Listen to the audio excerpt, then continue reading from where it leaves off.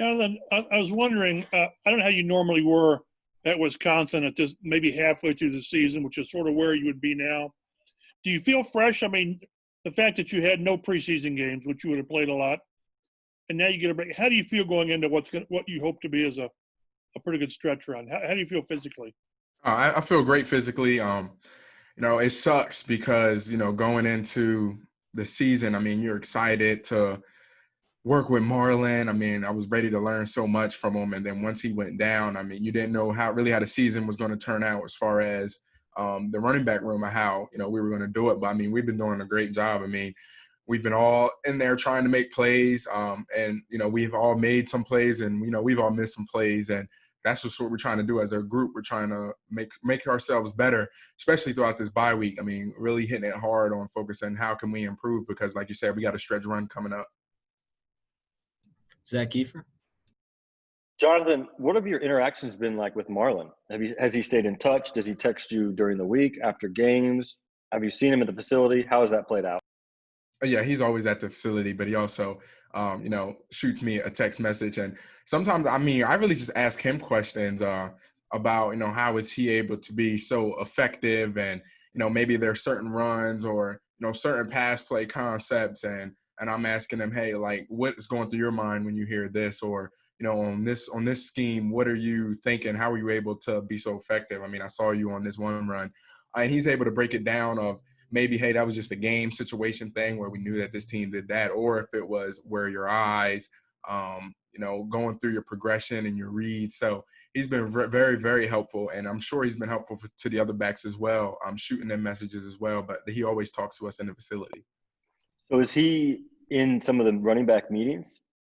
Yeah, and one of the biggest things is Coach Rathman. I mean, he always pulls up clips of Marlon and, how he was effective at delivering blockers to their defender. And I think that's just the biggest thing is just watching a lot of tape on Marlon just because he's been so good in the system and trying to figure out how can I take bits and pieces of that and add it to my game.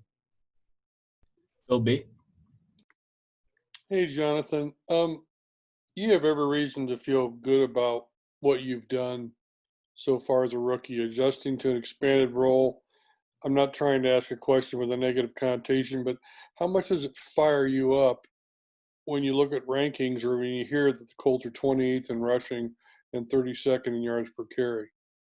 I mean, one of the biggest things, you always want to be, the best you can be at anything that you do. So when you hear numbers like that, I mean, whether you're second, whether you're 32nd, you always look at the numbers and say, hey, how can I be number one? I mean, that's the biggest thing. And I mean, maybe it just might be the competitiveness in me.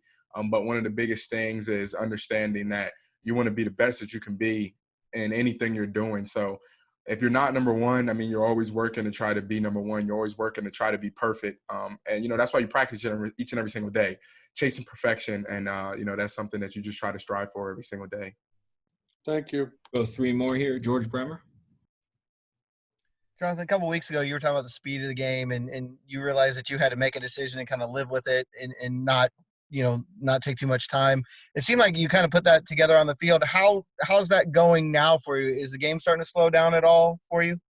Yeah, it's definitely starting to slow down. And one of the biggest things is, when you think about the speed of the game, you kind of think about it's really all on you. It's, how quickly are you going to be able to process, the movement of the defense, your progressions, your read, and then you got to make a decision. So I think just understanding, some pre-snap things to kind of help, quicken that process has definitely helped. The pre-snap is a big role in this league, is knowing things or anticipating things in the pre-snap. But once the ball snaps, it's, make a decision, go through your reads, go through your progression, and be right. Taylor Tannenbaum. I just wanted to follow up on all the Marlon stuff. Obviously, I'm sure he loads you with information. Is there one thing that you've seen on the tape or that he's told you that has really helped progress you moving forward? And are there, aside from Marlon, any other backs in the league that you've watched tape on or looked at throughout the season like, hey, I want to be more like that? Yeah, one of the biggest things that Marlon has definitely told me is he's like, never look back at a read that you just left. So And let's say you see your hole that you're supposed to hit, you make a decision, but sometimes you just peek back at that initial hole that you wanted to hit and see, if there was something there. It's like, and once you make a decision, you live with it, because if you hit it full speed, it's like then you'll be able to run through arm tackles. You'll be able to, get into the open field a little bit. So I think that's just one of the biggest pieces. And then as far as backs in the league, I watched a lot of Miles Sanders and pass protection. I mean, if you just look at some of his clips of him just, putting guys back in their shoes, I mean, he's been really good at delivering and, setting a strike on those defenders coming at him. So I've definitely watched a lot of Miles Sanders clips. Well, one more here, Mike Chappell. Yeah, I'll get back on the Marlon theme. Sometimes when players are hurt, it's out of sight, out of mind, and they're gone. And you don't. Are you surprised how much he's remained part of this, or just kind of show you what kind of a player he is? I mean, I think it just shows what kind of player he is. I mean, especially he knows that, hey, like, we're really going to need his advice. We're going to need to lean on him for support because he was just so effective in this system as a running back. And us, as a running back group, we want to make sure that we uphold his end. And in order to do that, we need to pick his brain and say, hey, what are some things that went through your mind on game day, or on this specific team? What is something that you noticed that allowed you to be effective with your skill set? Or do you see something in my skill set that will help me be effective? So I think it's just the type of player he is. And then knowing that, hey, the guys in that running back group, I'm still part of that group, so they need me.